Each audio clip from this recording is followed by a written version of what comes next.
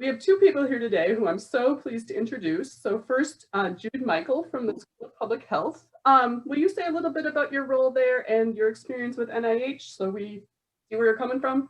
Yeah, so I'm a bit in a position that straddles like research and administration. I have my PhD, and I do a bit of health research. My focus is all on transitional stress and social media mediated or enabled social support.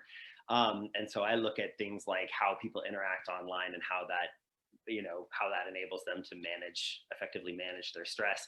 But as sort of a, I don't know, as I was finishing with my PhD, I had a lot of experience in administration and grant pre-award preparation. So helping people put together the actual grant proposals. And I think I kind of liked the idea of being able to merge those two skill sets. And what I do right now is for the entire School of Public Health and for a lot of the OACA, I don't remember what it used to be AHC, it's the health colleges. It's OACA now, but I don't know what it stands for. So in any case, I work with a lot of the faculty there who are doing health related grants. So obviously I work a lot with the National Institutes of Health, and I pretty much read over their project descriptions, either from the very short 1-page specific aims to the much longer 6 to 12 page narrative, you might call it, or a research strategy. And I help with everything from research design, does what you're doing, get you the answer to the question that you proposed, to packaging, things like, are people clear on what kind of contribution you're making to the research literature and to health in general? So I focus on some of those broader questions of argumentation and clarity and research design for people from very new. I don't work a ton with graduate students anymore, but from new faculty to faculty who have, several P and U sort of huge institutional juggernaut grants, they'll still need a second set of eyes and ring me up to be those. Great, thank you. And our second panelist is Peggy Nelson, a faculty member in Speech Language Hearing Sciences. Hello, it's good to see you. And I would really love to focus on what you need. So ask questions, speak up or whatever you need to, put them in the chat. I'll try to keep watching. I do research in hearing loss and in multi-sensory loss, some dual sensory hearing and vision loss. And I work in Elliott Hall in the psychology department with colleagues there too. So some of you hang out there when we are able to be there in person, and we're down in the lower level. CATS is what it's called, the Center for Applied Translational Sensory Science. And NIH is our primary home for those of us that work in the sensory area of psychology and speech language hearing. We do some other units, but that's where we go mostly. So what I'll focus on are what some students and early career opportunities are for the NIH.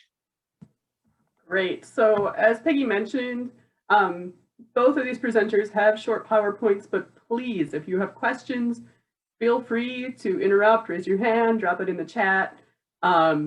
You're here live with these folks, right? Like, take advantage. Because we are recording this, and so other people will get to view it, but they won't get to ask their specific questions. So, and both of them have said, absolutely, I'm, not wedded to my presentation. I'm eager to take this in whatever direction is the most helpful. Now, if it turns out that their presentation is the most helpful, that's totally acceptable as well. But please don't hesitate to ask if you do have questions. And it looks like Peggy's prepared to address the question we have so far. So that's fabulous. So without further ado, I think Jude was going to get us started on the presentation. So over to you. Let's see. So just a set of thumbs. Can we see the, all right. Slideshow, play from start. So I will just, this is based on, I work with a lot of junior faculty, and we had a big cohort of junior faculty. And, I found that I was getting a lot of really fundamental and basic questions about what is the NIH and how do you find funding opportunities through the NIH. And so the interest of this presentation was like, everything you ever wanted to know about the NIH, but were afraid to ask. I think a lot of us really sort of swim around in a lot of these terms, but even those of us who swim very frequently with these terms don't necessarily always know what they mean. And so navigating this can be quite difficult. in general, when I do this presentation, I do a bit of a long form presentation where I can go to each of the sites and show you how they work, but I'll just point to where in this presentation the links are, and you can kind of go and drill down a bit on your own. And that will keep us, I'll try to keep mine to about 10 minutes because I saw that Peggy actually both has some supplemental and very complementary material to what I'll be presenting here today too. So generating a research idea, I feel like all of these really need to start with a well-stated research objective. I think that you can't just kind of like meander into the NIH. And if you try to bill yourself as like able to respond to a pre-existing RFA or program announcement or something like that, I feel like you could end up sort of chasing funding around, which in a best case scenario ends you up with a funded project that you maybe don't really want to do. And in a worst case scenario ends you up wasting a ton of your time. So typically I recommend that people start with an area that they want to develop. And I have a lot more materials on this, but this is sort of a blow by, you know, of what you should be doing.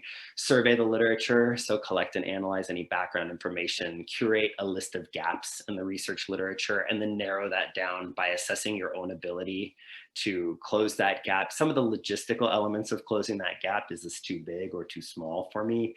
Do I have the support? Am I ready to do this type of research? Do I have the tools? And then what's my likely competition going to be? You know, there are some of the grant funds that I have are from what's called small business innovation research. And those are, their funding lines are a lot higher. So it's kind of nice, you know, if you're looking to fund 10 or 15% of your time, those stack for a very nice and very secure position, even if you don't do exactly the research that you want to do. And then shop around a couple of ideas, use the resources that you have in your division or your department, the senior faculty who can vet an idea for you, tell you if it's been done before, or tell you if it sounds well enough hashed out. And then from there, double down on a single idea and create a specific aims page. Pretty much every time you interact with the NIH or with NIH researchers, they're going to expect to see some description of your project in single page form broken down into 2 to 3 objectives. And again, I have more materials on that, but this would be sort of a great way of like initiating a conversation with either somebody who works at the agency or a senior faculty in your own field. From there, that's your research idea. That's sort of the one you double down on. I'm going to look at the relationship between social media and health. That's far too broad, but let's just use that for right now. And then you'd want to go ahead and see if you can determine the right institute. And the NIH has a lot of different institutes that you can go to. And you can find this information that I'm about to show you just by looking up NIH institutes and centers. But one of the things that I think that students don't always understand is that you're not applying to the NIH. The NIH is a loose umbrella organizations of a lot of different institutes, centers, and offices, each of whom fund your research, right? Each of whom have different calls based on the area of research and the area of health that they're interested in. So for example, you have the National Cancer Institute, the National Eye Institute, the National Heart, Lung, and Blood Institute. So depending on where you think you can make your best contribution, it's worth going through these institutes and centers to see where you would be the best fit. And it's also worth thinking a little bit outside the box, right? Obesity research tends to go to the National Institute on Diabetes and Kidney Diseases. I can't remember, NIDDK. But actually, more recently, the National Heart, Lung, and Blood Institute has been interested in the effects of long sustained obesity on later life cardiovascular health outcomes. And so you actually now have 2 places that you can go. So if you study anything related to heart health or later life health outcomes, you could go to the NIDDK. So it's worth sort of rifling through these and thinking not just where's the most direct, but where are some of the indirect ones that might be interested in the type of work that I do? What's a pathway that I could see between social media and, is it mental health, or social media and social support around breast cancer? Or, you know, so where are some of these like less obvious choices? And then you can sort of make contact with those centers through their program officers and ask how interested they are in the type of work that you're doing. Then from there, my recommendation is to go ahead and take a look at the funding agency. And this is one that would take a little bit longer, but each of those institutes links to a separate web page where you can look up both the mission statement of that institute as well as the funding priorities of that institute. Here's the rub. They are all just a little different. And so they're never on the same page. It's never easy to find them. And so what you have to think is, okay, I'm really interested in cancer research. I'm really interested in the psychological impacts of a cancer diagnosis or anxiety and cancer diagnosis. So what I'm going to do is I'm going to look at the NIMH, I'm going to look at the NICHD, I'm going to look at the NCI, National Cancer Institute, and so on. And so I'm going to just kind of drill down on each of those pages. I'm going to see, okay, what their funding priorities, what are they interested in funding? And I'm going to kind of like rifle through the web page for a little bit of extra information from that agency. And then from there, they've got what's called the NIH Reporter Database. And the NIH Reporter Database is a great resource if you know what you're going to study to see who funds it, right? And so if you have something where you go, gosh, I'm really interested in mental health, but I don't want to go to the NIMH, or I'm interested in social media. I just want to do social media research. I wonder who's gonna give me some money to study social media research. You can go to the NIH Reporter Database, and there's a place there where you can insert some key terms. And you can put social media in there and it'll pull up not just a list of the agencies that have funded that before, but a list of study sections, right? Reviewers who might be amenable to that type of research. Let's see. So determining the appropriate mechanism, this is another thing. You'll hear a lot of talk about an R21 and an R01 and an R03 and an R43. You know, there are so many, and I think it can make your head swim. If you're a graduate student, look at the F as in Frank, F as in fellowship mechanisms, because that's where you'll get your pre-doc and your postdoc funding. They're smaller grants. They expect them to be written by students or just graduated postdocs. And so those are a great entry point. You might also look at K, and K is training grants. So each of these corresponds to like a different level of your career or a different scope of research. But if you're a student, I would say stick with the F and K category. And I think, Peggy, you're gonna go over that in a little bit more detail. And the selection of this, what you do, F, K, R, P, U, T, or the mechanism that you use is really based on your own research goals, your research experience, where you are in your career. But I would say as a first pass, if this is your first pass to the NIH, stick with the F and the K categories. Now, there's some things that you're going to see when you go onto the website. And again, this is, you know, if you go to the NIA website, you'll find their funding priorities. You'll find a list of open calls. And what an open call means is that they're looking for research on a particular topic that they want to fund. It corresponds with their objectives or their funding priorities. And you can actually sort of shop through those, right? What's tricky about that is they have a list of their calls. Then they have what's called these parent announcements. And so if you've got something and you're like, I really think the NIMH is going to be super interested in it, doesn't really fit under any of these calls, you can just apply to one of these parent agencies or parent announcements. And so that's just a general announcement that says, we're looking for F applications, we're looking for KO1s, we're looking for RO1s. It's just a parent announcement. You can propose anything that you think that we might be interested in. Those are areas where it is absolutely integral that you've talked to the program officer before you've done that. I think that's true anytime, but I think that it's especially true if you are just using your best estimate. You might want to make contact with the program officer first. I don't think we'll go in too much detail as opposed to like for how a PAR relates to a PAS, relates to an RFA. This is when I thought we were going to have more faculty on the group. But I think for students, the whole process of review is done a little differently. And so it's just good to know F and K and look at the funding priorities. Those are probably the biggest takeaways from this part of the research. To assess your fit, I would highly recommend making contact with the program officer. And I have a couple of like tidbits in here from like the NIH handbook that says what the role of the program officer is, but ostensibly it amounts to this. The program officer's job is to help you maximize your programmatic relevance, right? They want you to produce research or to propose research that is most in line with what they want to accomplish.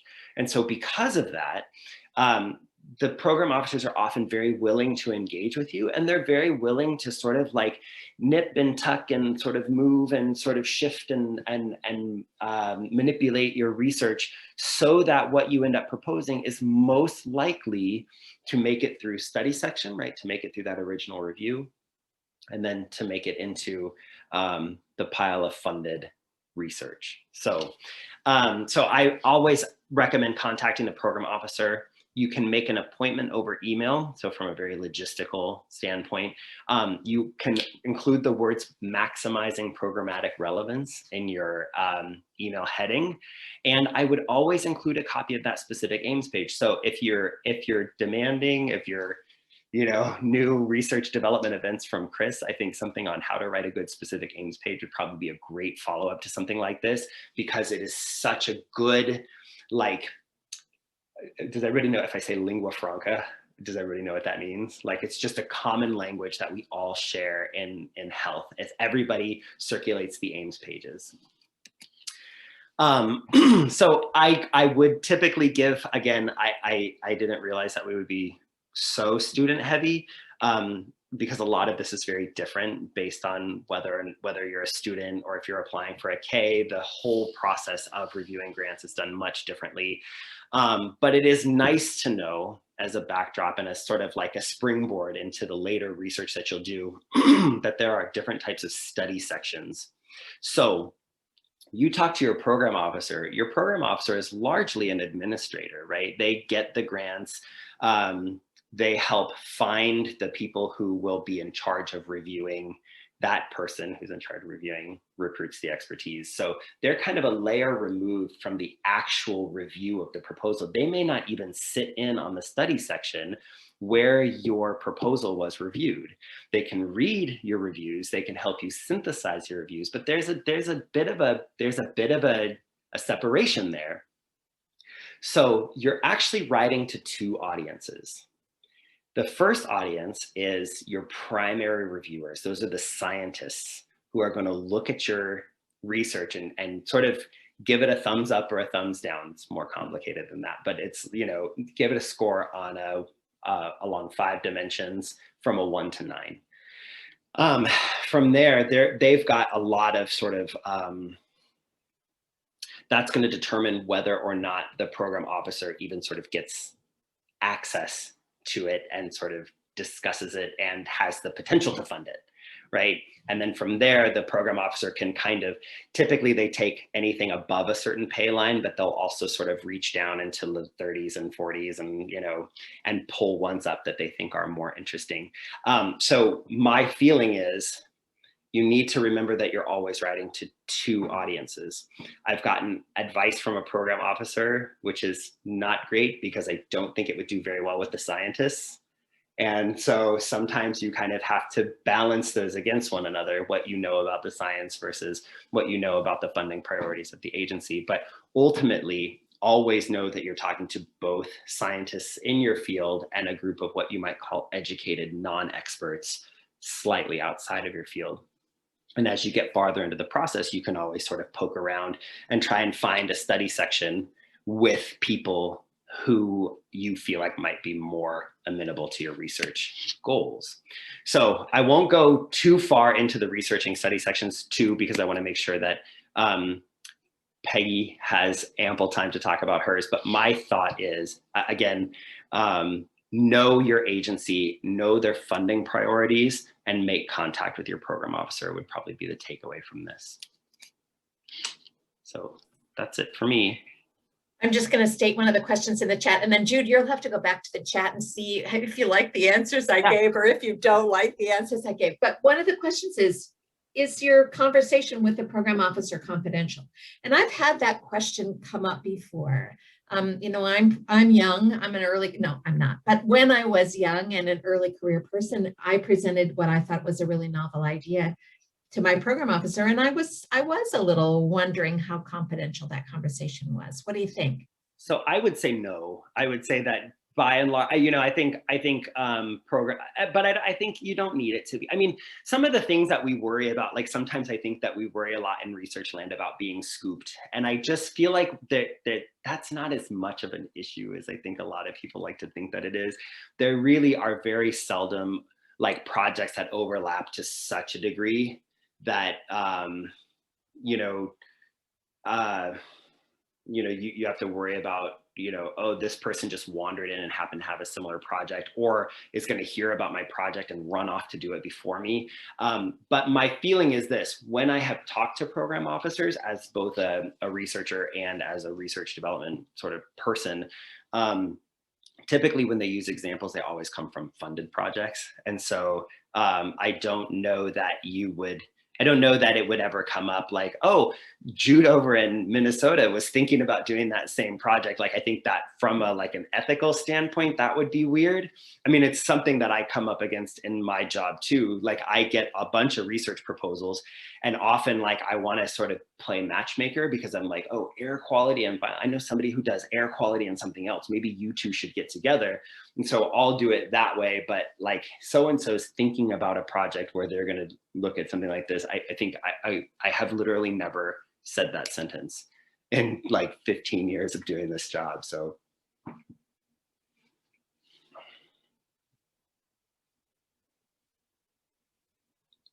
Other questions? I'll keep going then, and keep. I may not see the chat as well now that I'll be sharing my screen. So go for it, and then you can correct everything that is up there already. So go for that. Jude has really. I've learned a lot from Jude, so I recommend his advice. All right. So how are we doing on seeing my screen? Got it? Okay. There we go. So we were talking about these mechanisms, and the one that I would focus on, especially if you're an international student, is this K99 mechanism. So I agree with Jude that early career, I would look lots at the Fs, predoctoral,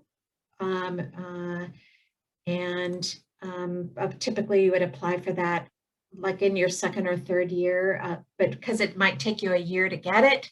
And so it'll fund a couple of years of dissertation related work, a postdoctoral fellowship that would typically then happen. You might apply for it just as you're graduating for your PhD, but maybe as soon as you know what kind of lab you're going to for your postdoctoral work. And then there is a pre-joint PhD, MD, or a clinical AUD PhD program called an F30 that are very competitive. But these K99 R00s that transition to Independence Award are available for international students. And we've been successful at Minnesota getting several of those where you're sort of extending your early postdoc training and then getting 3 years of support as an independent scientist working towards becoming your own independent investigator presenter, so that it sort of tries to help you get from one stage of your career to the next. So I recommend considering those mechanisms.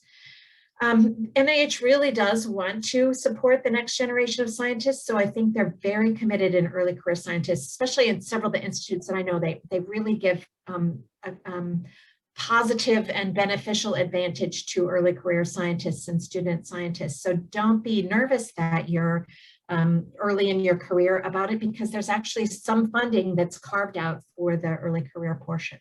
But still going to be, basically you're going to have two strengths that you need to focus on in the proposal: what kind of mentorship you're going to get, what your career potential is, but then your research plan is still incredibly important too. I've been surprised sometimes how much of a research plan a PhD student or a very early postdoc has to have spelled out 3 years worth of stuff. How do you know what you're going to do for the next 3 years? But you really need to try to map it out in order to be competitive for some of these programs. These are for the early career. The criteria that we use as reviewers are the significance of the work, the approach, the candidate, and the environment, and to much less of an extent, the innovation of the design or the question and the preliminary data. In fact, it is stated that there are no preliminary data that are required in a proposal for an early career person in one of these F or K awards. I usually see preliminary data as a reviewer, so I rarely would see a proposal that wouldn't contain preliminary data, but we are, as reviewers, we're advised not to focus on those to a great extent. Jude, I started talking about the specific aims. I can't say how important I think that page is. And I probably have rewritten my specific aims pages for all my grants dozens of times. I mean, it's something that just gets written and rewritten. You have to start with it, but then as it emerges, you go back to it multiple times. I would also say start writing specific aims, no matter what you think your NIH future is, because I've known of students and postdocs recently who took that specific aims page and applied for a postdoc position using that as their guide for their postdoc position. It helped them articulate their research goals so well that it really helped in them applying for jobs and talking about their research. You know, that needing to have an elevator pitch, needing to be able to articulate your goals in a short amount of time. This writing that specific aims page really helps you get that. And then I would say the significance of the work. We were talking before, maybe everybody got on about the scientific foundation, the strong foundation of the prior work and the foundation, the rigor of the work you're proposing makes it significant. The approach is the nuts and bolts, and it must be very good. But from a review standpoint, if you don't nail the significance, then I think it's not worth it nailing the approach. I just was on a group where we got an average score in the 30s. We'll talk about scoring in a second, but the significance scores were not good. They were 4s and 5s. They were right in the middle of the pack. And I've told the team, until we can really address the significance, there's no use in revising that proposal. We're not going to get funded with significance scores that are average. Average significance is not going to get funded. So the most important, I would say, is the specific aims. The reviewers have to be convinced. Jude had such a good point that you're writing for your program officer and you're writing for the scientists.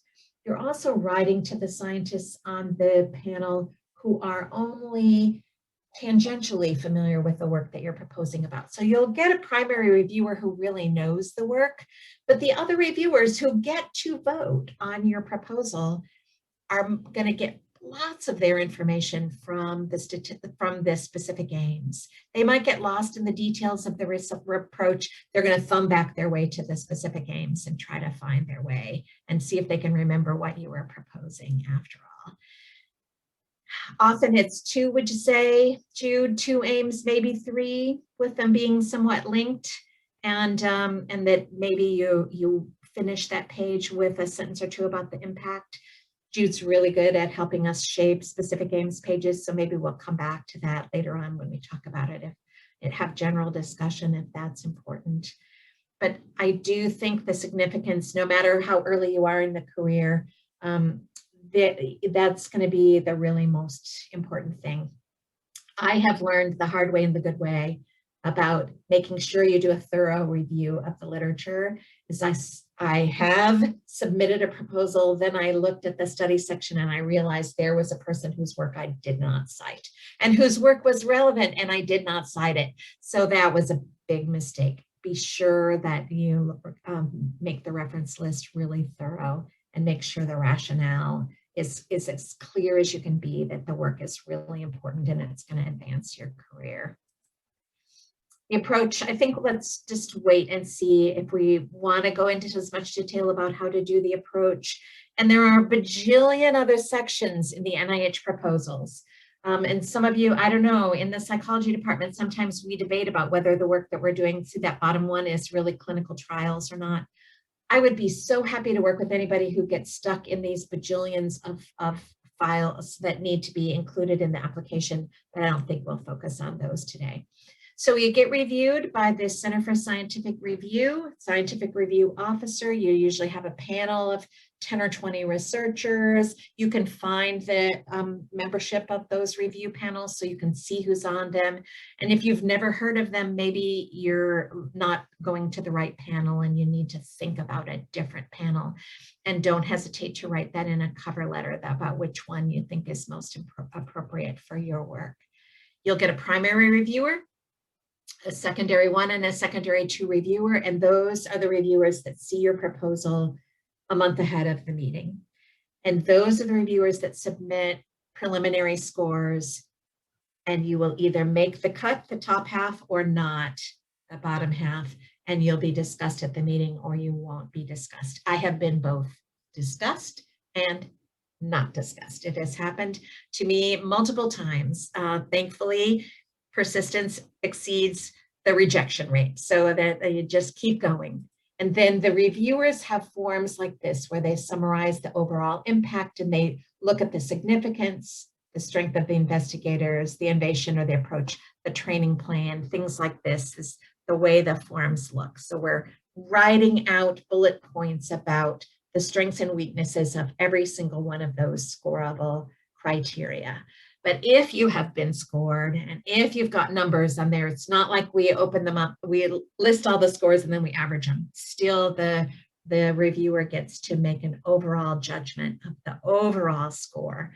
And each score is going to go from 1 best to 9 worst. And we're always encouraged to make sure that we are scoring things with an average of 5, and they look like this. This is the guide that I was given most recently.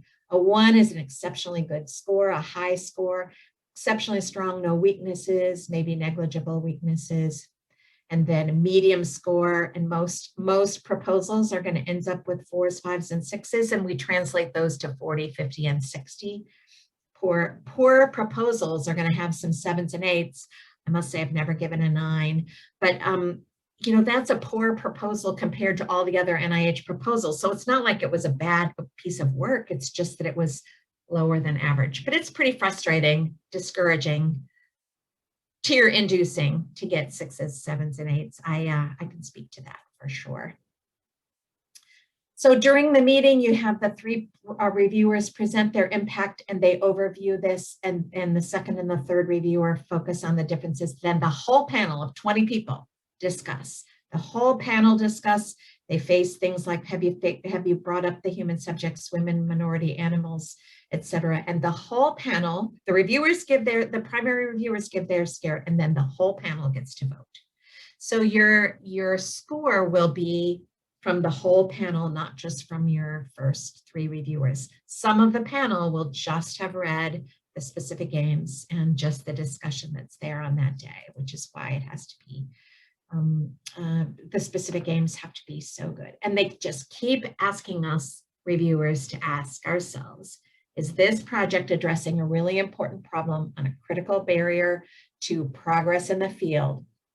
If the project gets funded and they achieve their aims, will science be better? Will the concepts, methods, technologies, treatments, and services, interventions be changed as a result of this? So these are the core things that reviewers are going to ask. I am going to stop sharing here. I'm going to look to see if I can get my screens to work again. There we go. I'm back, and see what kinds of questions came up in the meantime. What do you think? What'd you say about getting in the top half or the lower half, Jude? I said this, typically, so I'll get a lot of proposals that have made it to study section. So made it to study section is shorthand for they got into the top 50%. And, but they'll have like a percent score or a high impact score or percent score that's in the 40s. And one of the things that I will often point to then is the fact that maybe their specific aims page is not as clear and compelling to the educated non-expert, meaning they spoke really well to the 3 people who were selected because they have expertise in that subject. But then when it went to study section, everybody who reviewed your aims page was a little like, they just had a lackluster response. Yep, I agree. one of the things that we yep. do is we work a lot on, okay, how do we really jazz up this specific aims page so that not only is your like your contribution to science and the nuts and bolts of the research very clear, but the gravity of the problem that you're addressing and the innovativeness of the solution that you're proposing. Yeah. So Yeah. we work on like establishing the health link, Yeah. and making it broadly accessible. Yeah. Kayla, your question just now is totally the question I ask myself every time, and I have people read it. And you need to cultivate people who work in your lab who you trust, and so they won't make you cry, but they will tell you when it's not good. So that you can, you know, I have some amazing colleagues in Elliott Hall and in Shevlin Hall who will do this for me and say, I get where you're going, but it's not there yet. It is really not ready. I wouldn't submit for the March deadline because it's just not ready yet. I'd hold off for July because we really need to rework this. And you know, it's a career-long thing to try to get that balance. But yeah, and especially that page, the specific aims page, I think once you do hone it, like I said, you can use it for other things. One of my postdocs right now took his specific aims page and applied for a job. They said, in your application, you know, write a page about what your research is going to look like for the next 2 years. And there it was. He had developed it for the K99 and he was sending it for a postdoc job. So probably also really clearly demonstrates that he's applying for grants, which people like to see. Exactly, that this has potential, that you're you know, it's on your mind, that you're thinking about the external places. Yeah. I would say that just to piggyback off of what Peggy's saying, you know, the making it understandable to people I always recommend a 2-tiered review. You have to have somebody from squarely in your discipline who is going to hyper focus on the science and what's missing there. And you have to have somebody from outside of your field. So this is sort of the function that I serve as. I'm sort of the reviewer 2 and 3 in School of Public Health. I take a look and I'm like, I don't get it. Like, I get what you're studying. I just don't get why you're studying it or why it's important or what problem it's supposed to address or how you're responding to funding priorities. And so, and I think that the last thing that I'll say is I think it's really tricky because with graduate students, we teach them this language, this really specialized language. And then for grant writing, we have to reteach you to sort of sift it all out. And in fact, you have to write like a teacher and not like a student. You have to teach your reader and walk your reader through things. You have to handhold your reader in a way that I feel like, you know, is untrue to the process because you are the applicant, you are asking for something. But the most successful grant applicants that I see are the ones who take that really didactic approach. Let me tell you where the field is. Let me tell you what's been tried and why it's been unsuccessful. And then here's what we're going to do in response. It's a very like reassuring. It's like, you know, you can like, they feel like they're hugging you. You know what I mean? Like they're taking care of you through this process of really, really very dense, really very difficult reading and making it learn, like giving you the opportunity to learn and to feel like an expert too. So yeah. And Lingyuan or Kayla, put in the chat, if you will, the kind of topic you're thinking about, if you want to, and then maybe we can help you with that. But you know, when I'm a reviewer, I have 10 of these to read in a month. And that may not sound like a lot, but it is a lot because I'm doing my other job too. And so, you know, bit by bit, I might be reading 2 a day or, you know, setting aside a weekend and going through them all one time or something. But if there's ever a point when I'm reading one where the next page just doesn't make any sense, you know, it just doesn't lead from where you were before, then I have to start over again. And I'm not in a happy mood about reading. But so anytime that I can say, oh, I know what's going to come next. I can tell what they're going to propose based on the way they built up the first 2 pages. I can tell what's going to come. And maybe I'll be, you know, in a slight way surprised by something pleasantly, but it won't be like, what?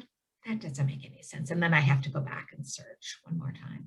It all has to build. I can just jump in, like, this is not exclusive to NIH grant writing. You know, grant writing in general, you are so often not reviewed by someone who is in your little tiny corner of the world. So regardless, you have to take people by the hand and show them, walk them through your argument. Also with the DDFs, the doctoral dissertation. Yes, absolutely. Gives out. This is how you have to write them because you are writing to the entire university. Your reviewer could be from the vet school. They could be from the Department of Near Eastern Languages. And so this is a skill that really, you know, have to go beyond your scholarly, like they say, the voice and the vocabulary. And really, I think is an excellent metaphor for this. You could say, wow, well, that's really pandering to the reviewers. It's not. You have to take them with you, bring them along, show them where you're going to go. And as explicit as you can be, the better. It's hard to learn, but like I say, it's applicable beyond just simply. One thing that you can do as well that is often really helpful when I'm talking to people, I mean, the NIH is a great example for this because the review criteria very seldom change. There's the F and K review criteria, then there's the R and everything else criteria. And what's really nice about it is the R and everything else is significance, innovation, approach, investigative team, environment, and overall impact. And then the four laid out by Peggy are the ones for the Fs and the Ks. And so knowing what the review criteria are help with the structure of the grant, help you to assess each of those elements and know that you have to make a case for each of those. And oftentimes, like my big thing is put a heading in there, right? Yeah, significance, innovation, approach is the three main like criteria. So have a section for it. You know, I mean, it is almost the unwritten law that you have like these three things. And then if you find, you know, within the context of reading the grant reviews that they say we're actually looking for or special emphasis will be placed on, put a second section in there for that too. Like draw your readers' attention. If they're going to have to look for this to evaluate whether or not you did it, put it in bold.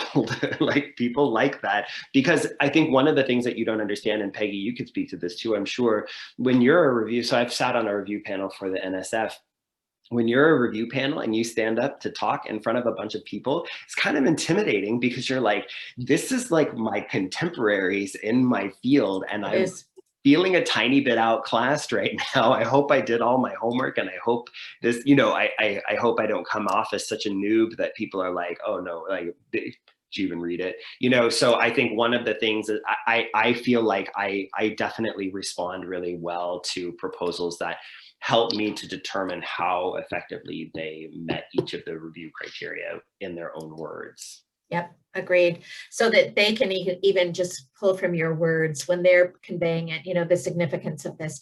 And I would say one of the other pitfalls from an early career person as I'm reading early career grants is kind of overstating the significance. So don't go too far. So I do work on hearing aids and cochlear implants. Well, don't tell me how this basic auditory neuroscience is going to build a new hearing aid. Not yet. No, you know, maybe someday, maybe understanding this someday will help us build a new hearing aid. But if you claim something that's just too far, that will be a big. One thing, you know, no one's expecting you to have like you know. No, not in this proposal. That's right. That's right. One thing that is often very helpful to me in the context of grant writing too, is like we all have our areas that we feel very competent and comfortable in, and oftentimes a grant proposal is an opportunity to sort of build some new element or aspect into that. That's notably true for Ks, but that's true sort of across the board. So let's say you have let's say you do social media and stress, and actually that's a big issue, social support among breast cancer patients for things like quality of life and survivorship. So I'm going to build in this breast cancer portion into my research. You know, you can very much see when somebody slapped on like a 5-minute expertise on something. So somebody is really like interested and has been combing through research and knows the contemporary issues. I mean, the authority of some of these grants, I have a co-author who does this exceptionally well and like better than I do, far better than I do. But it's like we went into ADRD, so Alzheimer's disease and its related dementias. And we were both kind of like looking through the research, but I just feel like the way that he like waded through the literature and like sort of put brackets around it was so powerful to me that when he wrote the first few sentences about the problem of Alzheimer's disease, it just felt like I was like, well, I'm sold. You know? Okay, well, how much do you need? You know?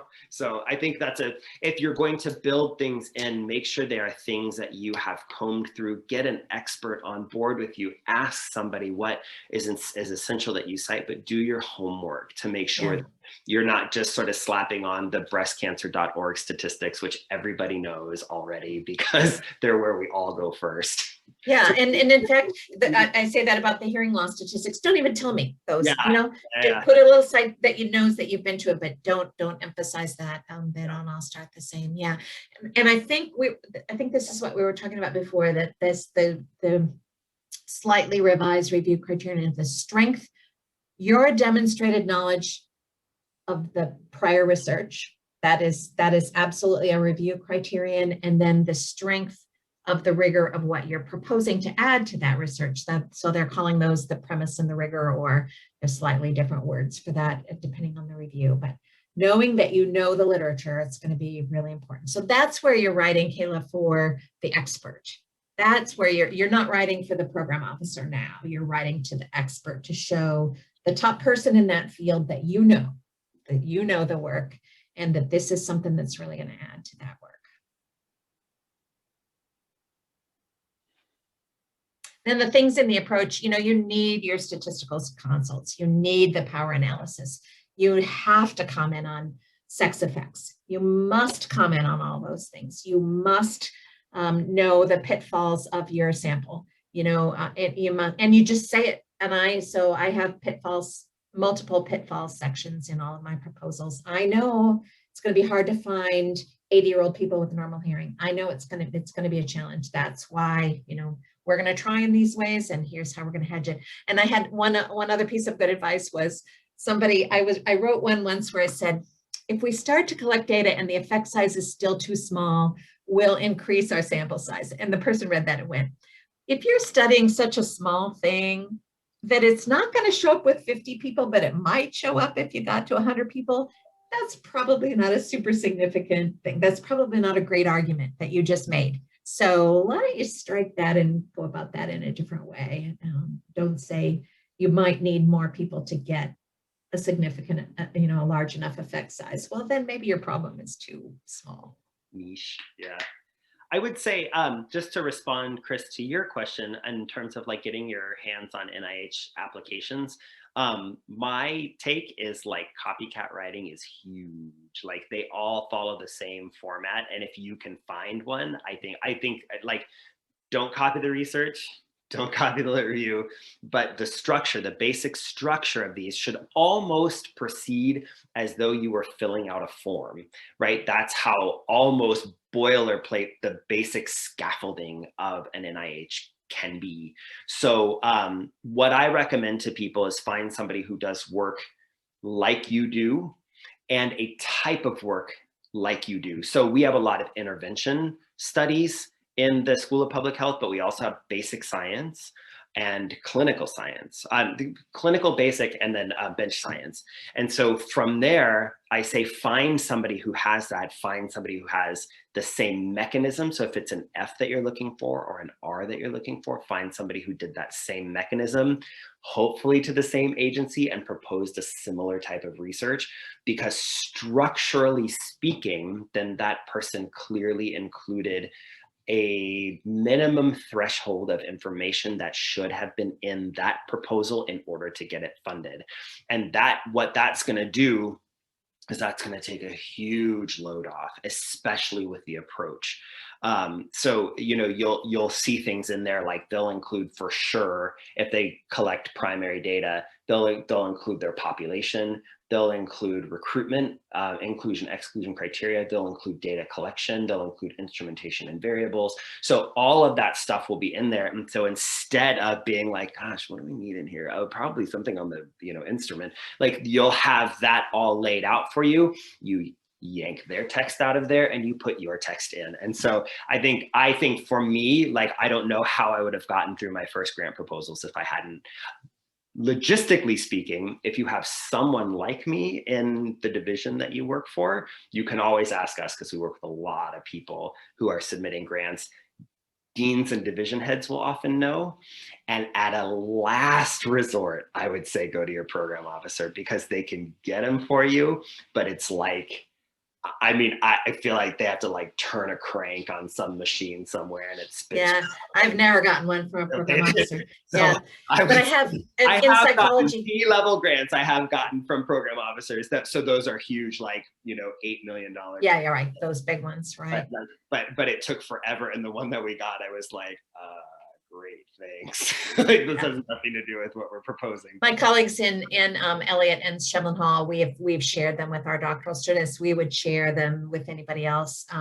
Happy to. And then all those forms like the facilities and resources and how to do the women, children, minorities, those kinds of things. I'm happy to share those. Yeah.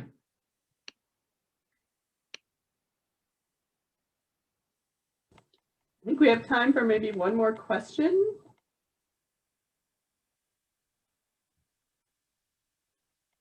Peggy, I have one, and Jude can probably speak to this as well. And it's a broader, I think, grant writing enterprise question, which is, you know, you mentioned that you've had outright rejection and you've been funded and everything in between. Persistence really is the name of the game. Revise and resubmit. Do you have any idea what percentage of your grant proposals have been funded over your career? I mean, fewer than half. I would say a third or so have been funded. Maybe 40%, something like that. Fewer than half. I would say, do not shoot for that number. That is amazing. That is incredible. So here's the number that you shoot for: 10%. Right? That is fantastic. I made it. Yeah, or team up with Peggy, because she's doing really well. So I would say this: there are actually published numbers for each agency by each mechanism. It is probably higher for Fs. Ks is as high as like 25 to 30% in some agencies, but not across the board. RO3s I've seen as RO3, R21, RO1. I have seen those as low as 4%. Maximum, if you're not doing bench science, is probably 15. That doesn't mean that at a 30% you couldn't be funded. It just means that you're not a shoo-in for funding. And I would say that, you know, your best bet, think of this right now as like getting the machine up and running. And that's what I was going to say. Start early, because, you know, the statistics are also, it shows that you need to get in early. People who've gotten our investigator ones, the big ones in the U's, started with F's and they started with K's, for good or bad. Yeah.